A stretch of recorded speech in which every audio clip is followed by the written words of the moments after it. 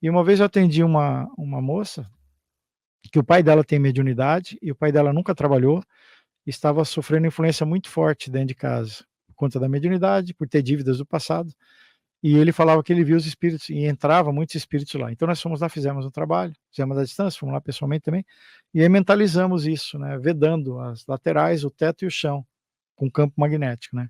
E aí ele não sabia disso, que nós fizemos, eu orientei, falei para ela, né, e ela falou que: "Olha, depois que vocês vieram aqui, eu vejo os espíritos do lado de fora, eles não conseguem atravessar mais a parede igual eles faziam antes". Então foi um relato, bem interessante. Interessante Mas mesmo. isso é para o resto da vida? Não, tem que ir lá e fortalecer, igual a tinta que eu falei, né, não pode fazer uma vez e abandonar, Um tem que ir lá. vacilo que a pessoa dá, ela já abre o É, campo, né. é isso, exatamente, exatamente. E deixa eu puxar um cantinho aqui das informações. Você falou do material, né. Esse material seria bom indicar mesmo para outras pessoas, porque é quase como se fosse de utilidade pública. Eu comecei a estudar esses assuntos quando eu era bem novinho, eu li o Livro dos Espíritos, eu tinha uns 14 anos, 15 anos. Aquilo matou muito a minha curiosidade, mas eu queria provas. Falei: "Poxa, legal, já entendi, gostei, mas eu quero provas". E aí eu comecei a correr atrás de provas de reencarnação, porque é lindo, maravilhoso o espiritismo, eu gosto demais. O Lacerda fala uma coisa muito importante: espiritismo não é religião, pessoal, espiritismo é uma realidade espiritual. Espiritismo é uma realidade espiritual, umbanda também, é lógico.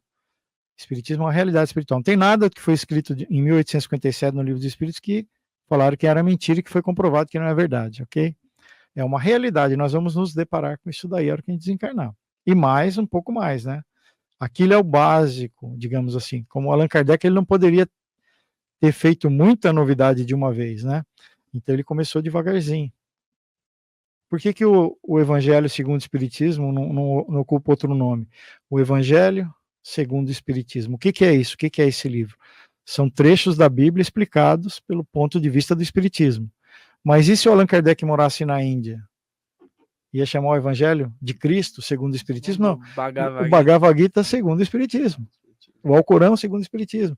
Era no meio onde ele estava ali. Ele já apanhou para burro, querendo mostrar a novidade. Eu acho que foi assim, as ferramentas que ele tinha, porque, por exemplo, se ele fosse para a Índia, o pessoal vai falar: "Não me conta isso, porque não é Não é novidade para mim", novidade. né. Tinha que ser no Ocidente, né? Tinha que ser no Ocidente. Aí o É. pessoal estava muito aficionado com principalmente com o catolicismo, né, não é nem o É. cristianismo, o catolicismo, né. Catolicismo. Então ele teve que entrar por essa vertente, né. É. Foi que nem o Yogananda, ele teve que É. colocar Jesus, de uma forma bem interessante, eu achei, no trabalho que É. ele desenvolveu, A para ortografia de aproximar o pessoal do criou. universalismo que ele É, trabalhava ali, né, isso. então foi bem É inteligente. lógico, senão seria muita mudança, aí não ia conseguir colocar nada, sabe, se fosse muito radical.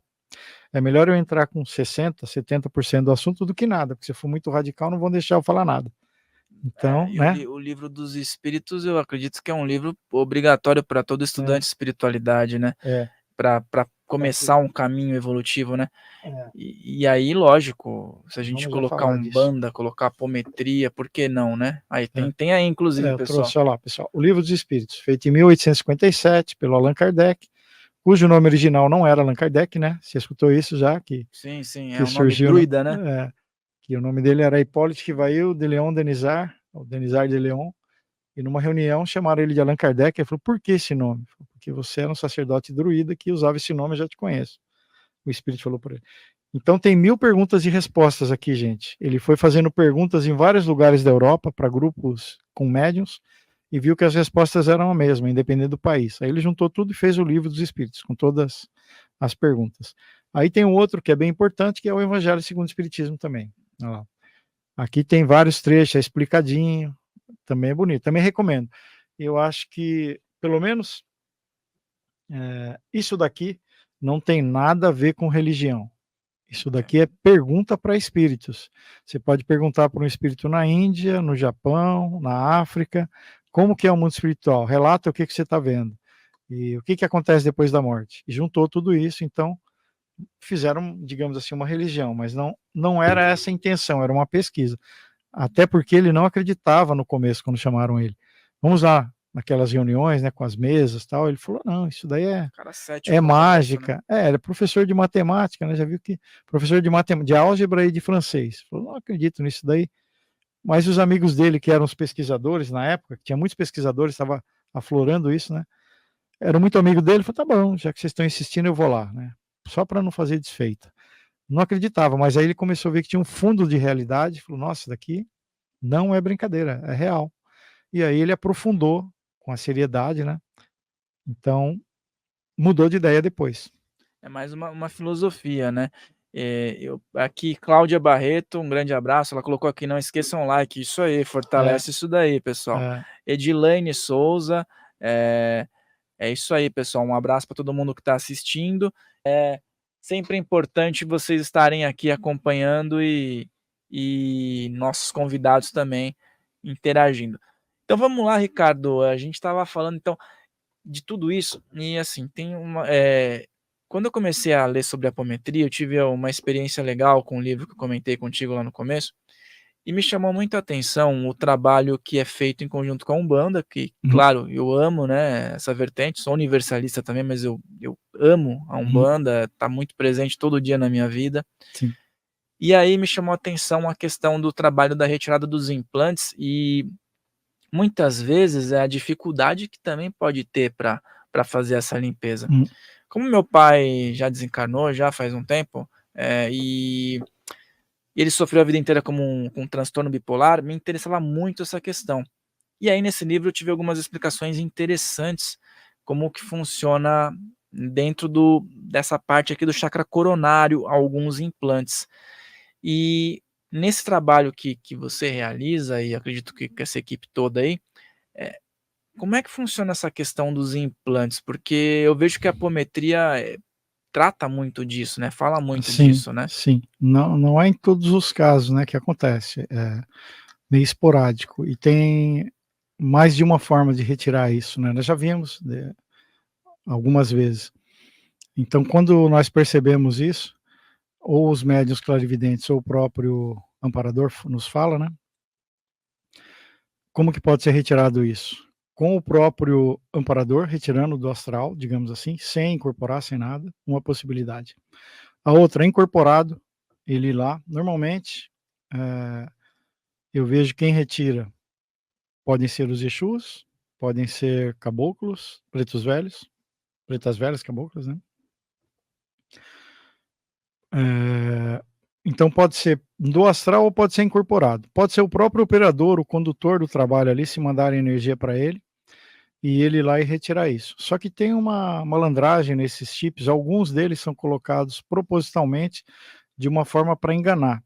Sabe quando você aperta você sabe que para apertar algo a gente gira para o lado direito, né, Uhum. uma rosca. Então alguns sabedores disso, malandros espirituais aí, eles colocam, digamos assim, uma peça com a rosca invertida. Então quanto mais você gira para a esquerda para tentar soltar, você está mais apertando o negócio, em vez de tirar. Outros colocam alguns ganchos ou presilhas de uma forma meio, eh, impeditiva de você retirar com facilidade. Então, pode ser tanto do astral retirar, quanto o amparador incorporado, quanto o operador, ou também já vi acontecer de chamar a própria pessoa que colocou o chip. Então, chamar não, trazer, né. Aí você traz a pessoa, porque, tá na dúvida aqui, se eu mexer pode estragar a peça. Vamos chamar o especialista que colocou aquilo ali. Então, traz, os Exus trazem, né, e ele que vai lá e retira. Voluntariamente, claro. Voluntariamente, né, com toda a boa vontade do mundo. E às vezes, dá para ir atrás rastreando quem que mandou ele também. Porque normalmente quem faz isso não é uma pessoa que tem inimizade com você, tem que ser alguém que tem um conhecimento mais apurado. Então é igual um técnico de eletrônica, um técnico de informática e de telecomunicações, da NET. Você mesmo às vezes não sabe mexer naquilo ali, né. Então você contrata alguém para fazer aquilo. Então, eu já fizemos isso também, de trazer a pessoa, ela retirar, mas ela foi mandada por alguém. Aí a gente vai, traz essa outra pessoa também. Entendeu? Para saber como que surgiu isso, quem que foi que mandou fazer, por que que isso está acontecendo, tá. Beleza? Então tem mais de uma forma de retirar. Quando é a própria pessoa, então está seguro que não vai, ter nenhuma malandragem ali que possa dar errado, né. Mas é lógico que os amparadores eles têm a competência para ver qualquer pegadinha ali e conseguir desativar, né.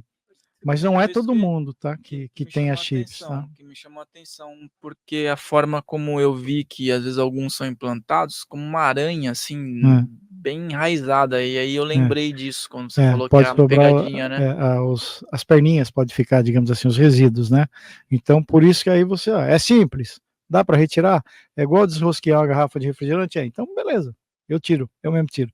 Não, aí já requer um pouco mais, então, né, vamos chamar quem, dependendo do grau de dificuldade, chama o especialista certo para não sobrar nada, resíduo nenhum. E normalmente, lógico que tem casos e casos, né, mas normalmente tem algumas patologias psiquiátricas, É, vamos dizer assim, bastante, bastante, mental bastante. envolvidas, né. Às vezes é uma questão física, se é para a pessoa ter um problema cardíaco, tem ali, tipo uma aranha mesmo, ou um chip mesmo com perninhas, no cardíaco. E hoje em dia os obsessores já não precisam ficar tanto do ladinho da pessoa, é a distância, assim como tem o Wi-Fi, tem internet, isso daí tem há muitas décadas lá no astral. Ele pode ficar de longe, ou colocar automaticamente algo pulsando para te deixar desarmonizado. Digamos que você tenha um problema com a sua aparência, que você ache que você é muito feio, tá muito acima do peso, N questões ali. Então ele pega, opa, já que esse é o ponto fraco dele, eu pego e produzo uma pecinha que vai ficar pulsando isso daí na sua mente. Ou você não tem autoestima. Nós atendemos um rapaz esses dias aí, que o pai dele xingou tanto ele, não era nem um chip, tá? É só um exemplo de despolarização de memória. O pai dele xingou tanto ele quando ele era pequeno, que ele adulto agora ele sofre uma consequência pesada disso daí. Ele não tem autoestima, ele não se sente bem, acha que não vale nada, então tem dificuldade, um monte de setores. Aí, na apometria dá para ir no mental, conforme eu falei, que apaga temporariamente, e remover isso, para de pensar nisso que isso está te fazendo mal. Então, voltando aos chips, eles podem fazer personalizado, lógico, né, para você, no seu ponto fraco, seu calcanhar de Aquiles. E aí vai colocar ali. Pode ser no mental, na autoestima, pode ser na saúde, pode ser na sexualidade. Opa, dei brecha no passado, então vai ficar pulsando ali, o negócio vai ficar saindo fogo ali. Aí Pode ser que você, ele fique caramba, eu inativo até só? que não queria pensar muito nisso, mas o negócio tá. Então fica te incentivando a você, se você não orar e vigiar, né, aí você pode cair nas pegadinhas. Então, E aí me surgiu isso, porque já ouvi algumas pessoas falando: "O chip tá lá implantado", aí o cara começa a ter novos comportamentos, começa a estudar pode ativar, espiritualidade e tal. Ele não foi retirado, mas ficou desativado, é isso? pode ser retirado. E pode ser também que ele ative só quando a pessoa dá brecha, mas pode ser que, na maioria das vezes que eu vejo, ele fica intermitentemente, assim, ou sem parar, pulsando, até a pessoa quase que enlouquecer ou fazer alguma besteira, né. Mas isso tudo só, digamos assim, vai agir com mais intensidade para quem não tem precauções, quem não faz um trabalho espiritual, quem não faz um trabalho de caridade, não vai numa casa espírita, não vai numa casa humanista, não toma passe, não faz nada. Aí é igual uma casa sem muros e sem cachorro. E sem Exato. porta e sem janela. Qualquer um entra e faz o que quer lá dentro. Então, se você não tem proteção, não faz nenhum trabalho, aí você fica muito mais vulnerável, né. Lembre-se de deixar o seu like aqui nesse vídeo, de se inscrever nesse canal, e se você gostou desse corte, o episódio completo está aqui na descrição. Ah, e também se inscreve lá no nosso canal oficial, Filhos do Todo, para você acompanhar as outras entrevistas. Farrell Molina falando, um grande abraço.